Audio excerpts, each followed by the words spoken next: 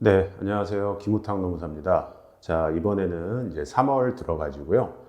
새롭게 시리즈 강의로 준비한 화면에서 보시는 것처럼 인사 너무 잘하는 담당자의 비밀 파일 이 시리즈 강의를 이제 시작을 하겠습니다. 자, 요거는 뭐 이미 이제 공지된 바와 같이요. 제가 최근에 이제 쓴 실제 오프라인 책을 기반으로 해가지고요.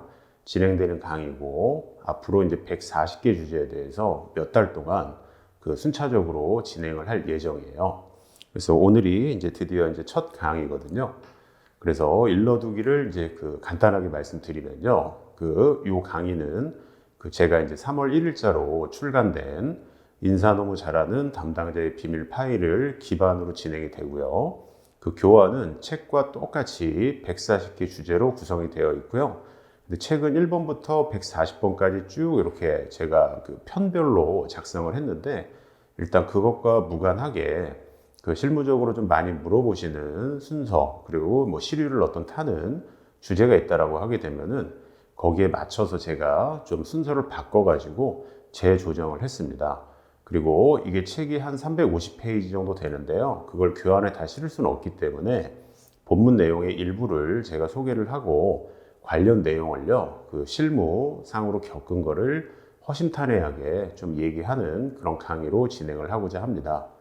자, 그래서 오늘은 이제 첫 강의로 임금부터 시작을 할 건데, 뭐 하기 전에 이 강의를 와캠퍼스를 통해서 저를 처음으로 보시는 분들도 계실 것 같아가지고, 간단하게 강사 소개 인사 말씀을 드리면요. 예, 저는 서강대학교 경영학과를 나와서 대학교 졸업하자마자 노무사 시험을 붙고요. 수습생활과 월급 노무사 생활을 좀 시작을 하다가 저기 3번에 보시면은 지금 현재 홍대 입구 쪽에 노무법인 원이라고요. 나름 이제 좀 잘 나가고 싶어가지고 으뜸 원자를 쓴 노무법인 원의 지금 대표로 지금 일을 하고 있고요. 현재 여기 와캠퍼스에서 인사노무 분야에서 좀 여러 개의 강의를 지금 찍고 앞으로도 찍을 예정입니다. 그리고 나머지 이제 양력은 그냥 뭐 요거 화면에 있는 걸로 가름하고요. 바로 첫 강의로 한번 넘어가 보도록 하겠습니다. 자, 첫 강의는 너무 무거운 주제를 하게 되면은 좀 지루하실 수도 있지만 그래도 좀 중요하다라고 알려진 임금에 대해서 제가 설명을 드릴게요. 이제 실무를 하다 보면요. 임금이 도대체 뭐냐 이렇게 물어보는데 자 이거는 이제 세법상 얘기하는 근로소득하고 거의 비슷하긴 해요. 거의 비슷하긴 하지만 약간의 차이는 좀 있거든요. 그래서 노동법상 임금의 범위라는 게 있습니다. 여기 보시게 되면 이 노동법 버전에서 따지는 임금의 범위가 여러 가지가 있거든요. 그래서 여러 가지로 이렇게 정의된다라고 한다. 이 정도까지는 어느 정도 인지하시고 내방하시는 고객분들 그러니까 여기서 얘기하는 내방은요, 뭐 저희 사무실에 오실 수도 있고, 저하고 어떤 카톡으로 소통하실 수도 있고, 뭐 이메일이나 여러 가지로 소통하시는데, 어느 정도는 이제 노사 간 다 경험을 하고 물어보시기 때문에 여러 가지 버전으로 정의된다라는 거는 다 알고 오시더라고요. 자, 근데 구체적인 내용이 무엇인지 궁금하다 해서 약간 총론 성격이거든요. 그러면 근로소득하고 어떤 부분이 다른지를 제가 이제 설명을 드리려고 해요. 그래서 일단 보시게 되면은 근로기준법 2조가 있어요. 맨 앞에 나와 있는 건데 거기에 근로조건의 명시사항이라고 있거든요. 그래서 제가 관련 근거는 이렇게 책에서 이렇게 색깔 체크를 좀 해놨어요. 그래서 이쪽에 따르면 지금 용어의 정의라고 나와 있거든요. 근로기준법에서 용어의 정의가 나와 있는데 좀 추상적이긴 해요. 보시면은 사용자가 제일 중요한 거는 근로의 대가다. 그 다음에 근로자한테 지급을 한다. 그래서 임금, 봉급, 그 밖에 어떠한 명칭이든지 상관이 없어요. 지급하는 일체의 금품, 한마디로 돈이란 얘기인데 여기서 중요한 거는 근로자한테 지급을 해야 된다라는 거예요. 그러면 근로자가 받는 게 임금인데 근로자가 먼저냐, 임금이 먼저냐 이거거든요. 이거는 마치 닭이 먼저냐 달걀이 먼저냐라는 논리하고 비슷한데 일단 어떤 계약서를 썼는데요. 제가 별도 강의에서 설명을 드릴 거예요. 저 프리랜서 계약서를 썼어요. 근데 외견상 계약서는 프리랜서거든요. 자, 근데 실질을 따져봤더니 근로자예요. 그러면 이분이 받는 금품은 당연히 임금인 거예요.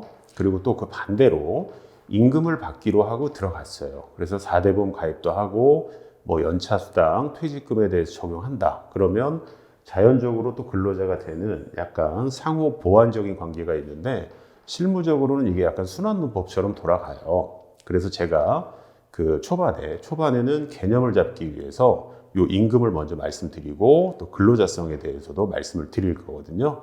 그리고 요 책에서는 그 두 가지를 자세하게 설명을 하고 있습니다. 그러면 여기 보시게 되면 방금 제가 말씀드린 프리랜서 얘기가 여기 있고요. 그 다음에 근로의 대가라고 정의한다. 이렇게 돼 있어요. 그래서 분명히 근로자임을 의미합니다. 라고 이렇게 설명을 했고요. 그 다음에 보통 이게 용역으로 포장을 한 용역 수수료 같은 경우도 있는데 이러한 명칭은 일단 외견상으로는 임금이라고 할 수는 없어요. 근데 실질적으로는 따져봐야 되는 영역이 최근에 노동시장에서 굉장히 많이 나타나고 있습니다.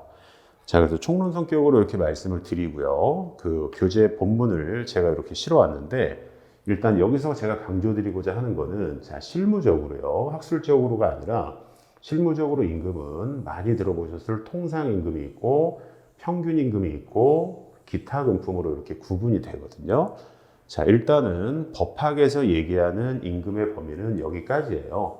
평균임금까지가 소위 얘기하는 법상임금이거든요. 자, 그런데 보시게 되면 일단 이게 근로계약서에 나중에 다 들어가요. 그래서 그 이 인사노무 관리에서 굉장히 중요하기 때문에 제가 별도 주제에서 상세히 설명한다. 그러니까 시리즈로 계속 말씀드릴 거거든요. 근데 지금 첫 강의에서 제가 강조드리고자 하는 건 어떤 거냐면요. 그 기타금품이라고 되어 있는 이 개념을 잘 보셔야 돼요. 자, 기타금품은요. 말 그대로 여집합 개념이에요. 왜냐면 기타기 때문에. 그래서 여집합 개념으로서요. 사용자가요. 은혜적이고 호의적으로 그냥 주는 금품을 얘기를 해요. 그래서 여기 은혜적, 호의적으로 지급하는 금품이다 해서 엄밀히 얘기하면은 법상 임금은 아니에요. 자, 왜 그러냐면 예를 들어서 제가 그 노무법인 원을 운영을 하고 있는데 예를 들어서 그 저희 사무실에 근무하는 구성원분의 한 분이 뭐 좋은 일이 있거나 여러 가지 일이 있을 때 제가 개인적으로 김우탁 개인 이름으로 그러니까 노무법인 원이 아니라 개인적인 이름으로 뭐 10만 원, 뭐 20만 원, 100만 원의 어떤 그 금전을 줬어요. 자, 그거는 그냥 제가 은혜적으로 인간적인 관계 하에서 그냥 제가 지급하는 돈이에요.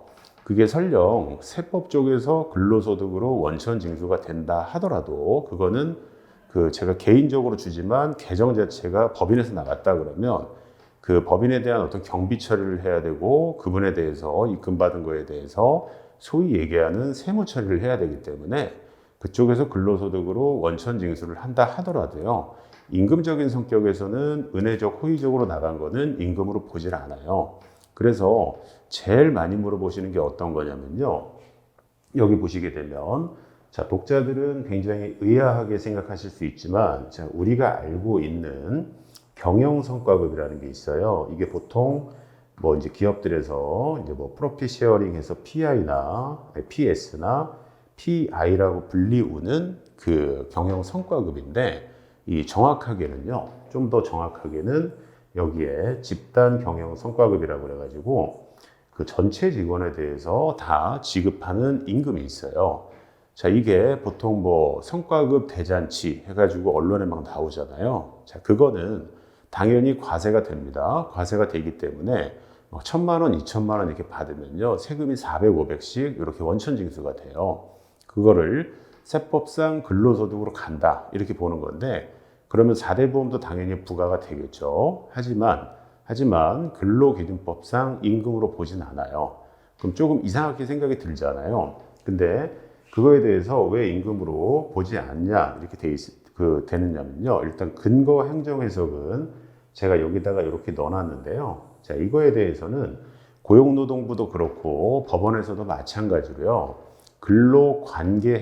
관계에 기초한 금품이다 이렇게 얘기를 해요. 그러니까 사업주한테 지급 의무가 원래 없어요. 그냥 월급, 기본급과 여러 가지 임금 등을 주면 되는 건데 우리 회사가 경영 상황이 굉장히 좋아져 가지고 이 돈을 주고 싶은데 우리 직원이라는 근로 관계에 기초한 금품이기 때문에 임금으로 보지를 않아요. 그럼 임금으로 보지 않는다라는 거는 나중에 제가 이 평균 임금에 대한 정의를 말씀드리겠지만 이 산정사유가 발생한 날 이전 3개월 동안 받은 임금을요, 다 합계를 낸 다음에 그 기간의 총 일수로 나누게 돼 있어요. 그때 임금이 아니라는 거는 평균 임금에 포함이 되지 않는다라는 거고, 그 말은 알고 계시는 연차 수당이나 퇴직금에 대해서 전혀 반영이 안 해도 된다라는 거예요. 자, 이게 이제 원칙이고요. 그 다음에 항상 예외는 있죠. 뭐냐면, 자, 그런데 근로계약서나 취업규칙 단체협약이라고 하는 3대 노동법 규범성을 가지는 어떤 강력한 계약서들이 있거든요.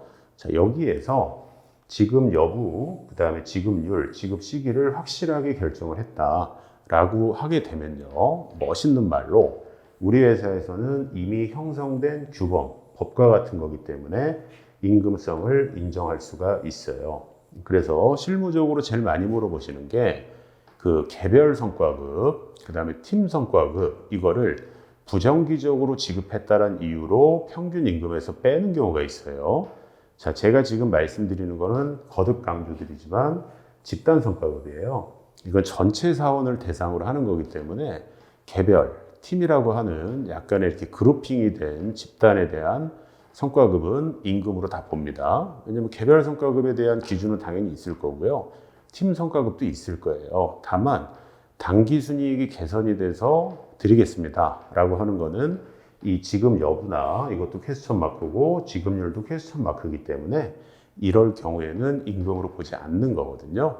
그래서 이거를 좀 기억을 하시고, 그럼 여집합 개념으로 접근을 하게 되면 나머지는 다 임금이라는 거고요. 식대 비과세 상관없이 다 임금이고요. 그리고 우리 회사는 아직 경영성과급이 없다. 그러면 지금 받으시는 임금 명세서상에 나와 있는 모든 임금은요, 다 임금에 해당이 되고 그걸 지급받지 못하셨다 혹은 늦게 지급받았다 라고 하게 되면 근로기준법상 임금을 못 받은 임금 체불이 되는 거예요. 그래서 현업에서 가장 많이 상담받고 많이 물어보시는 게 여기에 있는 요 경영성과급이었기 때문에 제가 이거에 대해서 이제 1번 타자로 주제를 선정해서 설명을 드렸습니다. 자, 여기까지가 그 첫 번째 강의 임금의 뜻과 그 범위에 대한 설명이었습니다.